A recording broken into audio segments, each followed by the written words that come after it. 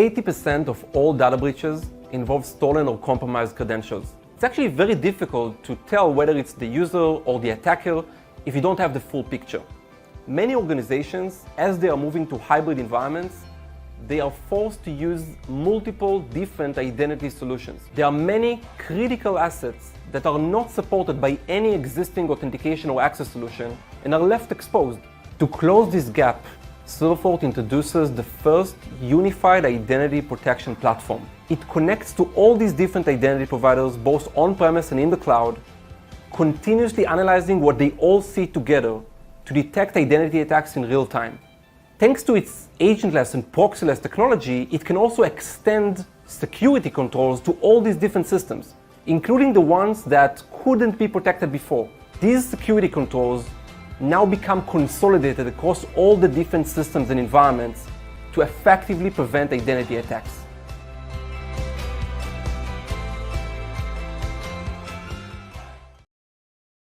You've just seen features our CEO and co-founder, Head Kovitz, explaining briefly the solution.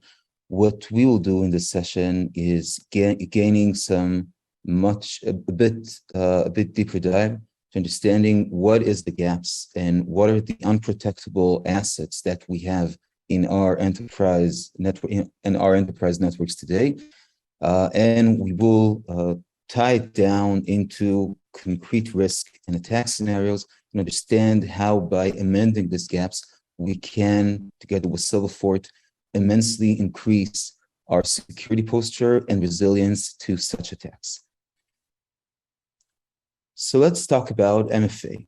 MFA technology has been with us for quite a while, and it is known to be extremely effective.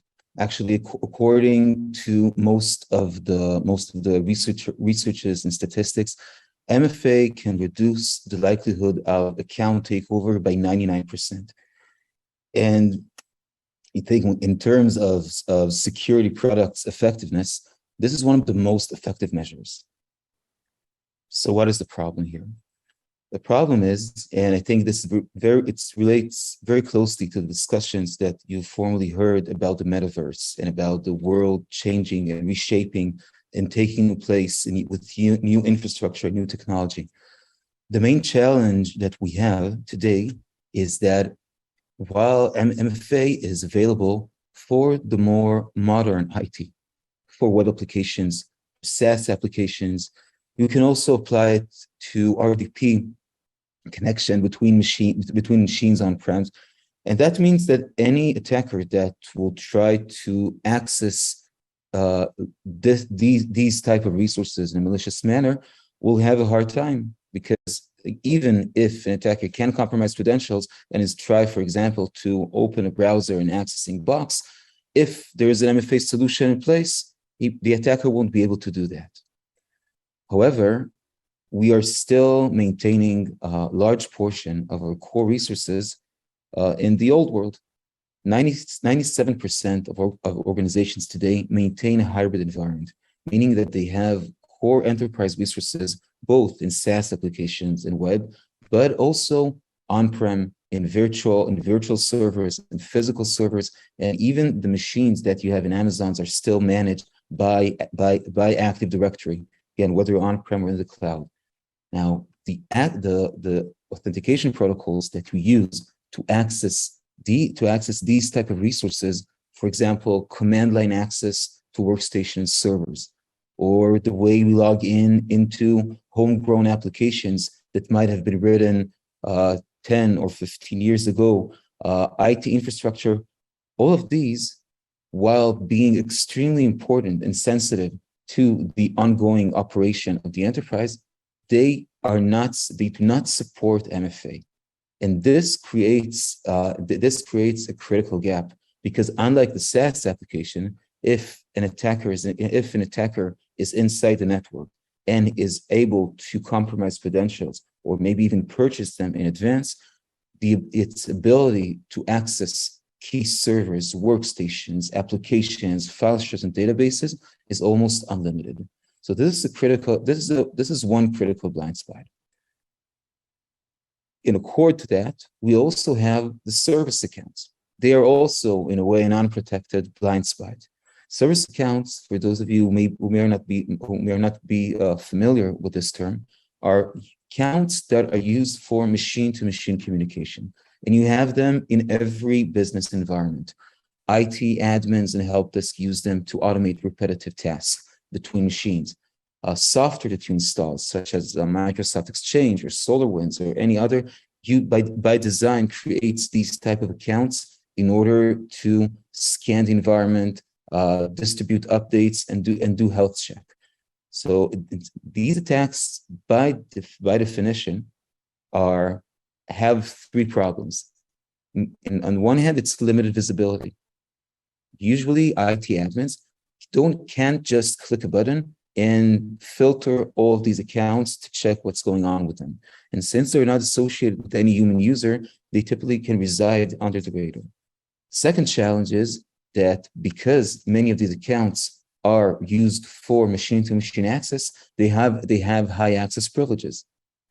In many enterprises that enforce a least privileged access solution do a very good job in ensuring that the actual workers cannot access any resource that they're not supposed to. But in the same manner, service accounts are supposed to access as many resources as possible. That means that if and when they get compromised, they can render attacker almost unlimited access. The third problem is that the standard way in which organizations protect highly privileged accounts, which is by using a PAM solution, typically won't apply to service accounts. And this is for two reasons. The one is the fact that it's because of the limited visibility, in many times the security team won't be aware of the true number of the service accounts. And the second one is that the practice of rotating password, which is very effective for human users, in many environments, the identity team will be reluctant to apply to service accounts because of the fear of the fear or concern of breaking the critical processes that these accounts manage. Now, let's break it down into an actual attack scenario. So the risk is that if you don't have MFA protection, if you can't enforce any other type of protection of service account, the scenario in which an attacker can gain hand of these credentials, be able to authenticate into every database, workstation, or server within the environment. And let's take a concrete example. So I think many of you maybe have heard about the Colonial Pipeline attack. It was a ransomware attack, was delivered through VPN, propagated with admin tools like PSExec and RDP, and has practically shut down the operations of the Colonial Pipeline environment in the United States for almost a week, causing immense damage. Now, if we'll track the path of this attack, we'll see that first was a VPN connection through compromised credentials. And then once the attacker gained an initial foothold, then it started propagating, started accessing machines using admin tools like PSExec, like RDP. And then once getting to the domain controller, was able to plant the ransomware payload in a network share and simultaneously encrypt execute it and encrypt thousands of machines. And as you see, these type of interfaces were not protected by MFA, and this is the key risk exposure. If we'll take a recent example also of service account, so here we had an attacker. This is the infamous SolarWinds attack, which we've all heard about last year. Here again, the attacker gained access to internet-facing application server, but from this application server, it used service accounts to move laterally within the environment, then reaching the Active Directory Federation server, which enabled them to create a fake user and define Outlook forwarding rules and exfiltrate data. And here again, the use of compromised service accounts credentials was the key enabler of this attack.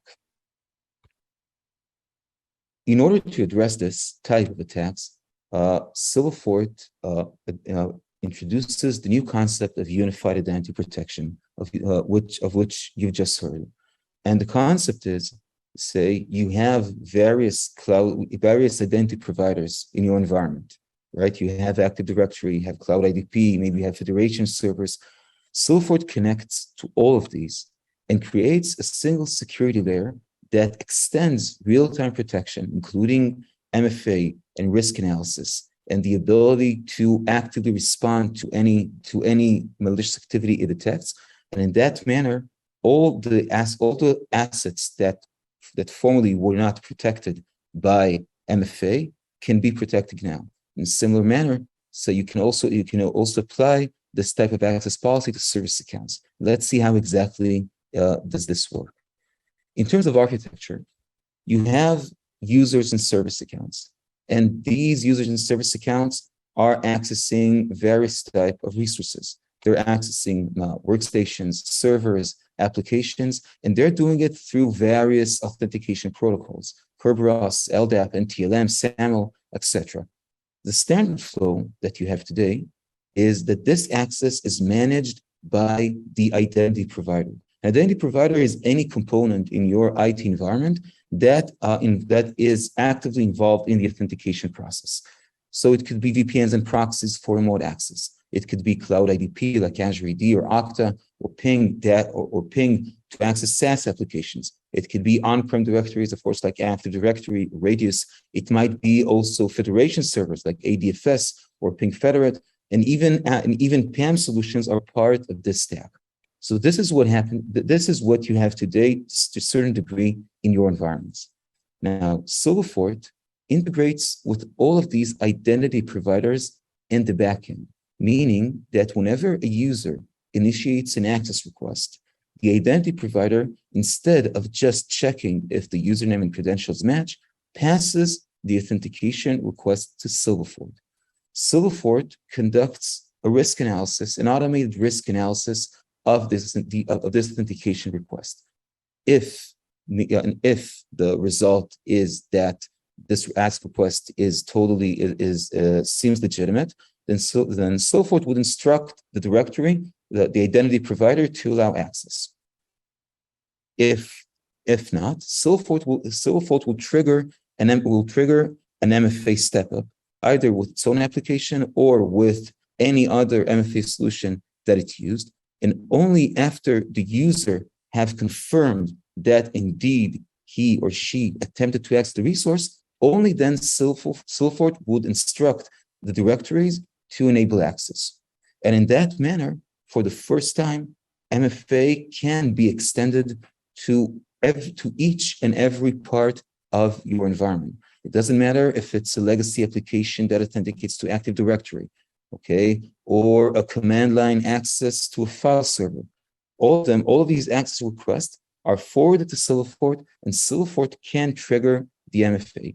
And this is an extreme advance. Now, if we'll take this and deep dive a bit more, because of the architecture that you just seen, no agent is required because Silverfort talks directly with the identity provider itself. And that means that no agents, no proxies, you don't have to rewrite the code of any of your old application, and you can apply MFA protection to whatever resource that you have. Maybe it could be a Linux server access through SSH, or Windows server with WMI, or database through PowerShell, or PSExec to industrial systems.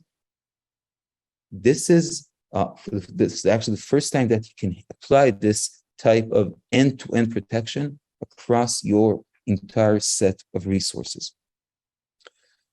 In the same manner, service accounts are also protected because this connection that Silverfort has with the directories actually enable it to automate this entire process.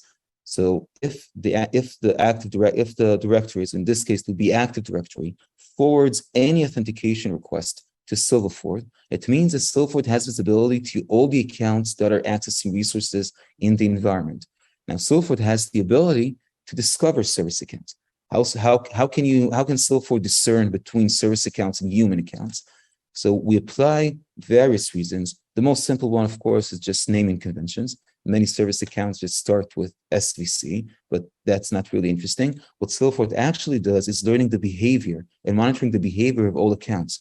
And the service accounts, their behavior, unlike human users, is extremely predictive and behavior. So whenever Silverfort would encounter an account that features standard behavior, for example, accessing a fixed set of machines in the same time every 24 hours, Silverfort will be able to deduce that this account is actually a service account.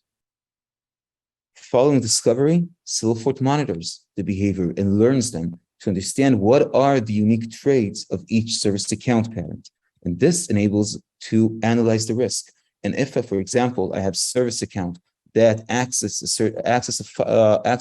file server every day at 12:30 a.m., if all of a sudden this service account is used to access multiple machines in a different hour, Silverfort can define it as an anomaly. Finally, Silverfort will also automate the protection by providing an off-the-shelf access policy to each service account that can be triggered based on this anomaly and can't send MFA, of course, because service accounts don't own cell phones, but would block the service account's access in any case of discovered malicious behavior. If we'll take these abilities and map them and to the breakdown that we've done before on the attacks, we'll see something very interesting. So we've seen the Colonial Pipeline attack. Now it is easily seen that it started with VPN, right? And then PSExec, we went over that, then network share. All of these involve authentications. Now, if you apply MFA here, you get multiple points where you can block these attacks. So if you can enforce MFA on VPN connections, and hence that would prevent the attacker from utilizing compromised VPN credentials for illicit access. You can also enforce it for PSExec and RDP access, and also for network share. Not many of us consider network share as an authentication, but behind the scenes, this is exactly what happens. Whenever you open a network share from your GUI and access it, there's an authentication process involving your credentials and the backend. So in that manner, we're able to protect these unprotectable assets and mitigate the effect of attacks that are now impacting organizations worldwide. The same would be with the Sunburst attack. As we've seen before, the flow involved the use of service accounts, and that in turn enabled the attacker to access the ADFS server.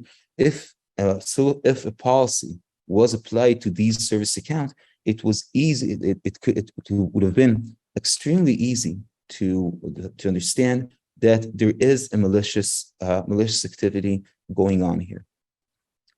Now, in a way, this is why is that extremely important? Again, and I want to tie it back and relate it to the metaverse discussions that we have. The IT world that you're managing, you're attempting to secure is ever changing. Whenever there's a new technology introduced, it means increase of productivity, increase of user experience. It means a lot of amazingly good things. The challenge is that every such new technology also entails, and as a package deal, is also an attack surface. Now, what we have here and the gaps that we've seen now is a clear illustration of how this process takes place. There was an evolution in the IT world. We've now stepped into the era of the cloud. Now, maybe at a certain point, there was a misconception that we can become all cloud native, 100%. Everything is digitally transformed. However, the reality is, and I think that will be the case with the metaverse as well. The reality is that you never have a new technology that fully substitutes or replaces the old. What you do have is an environment that becomes more fragmented. you have several resources in this example that we see here. So there are core resources on-prem, there are servers, there are workstations.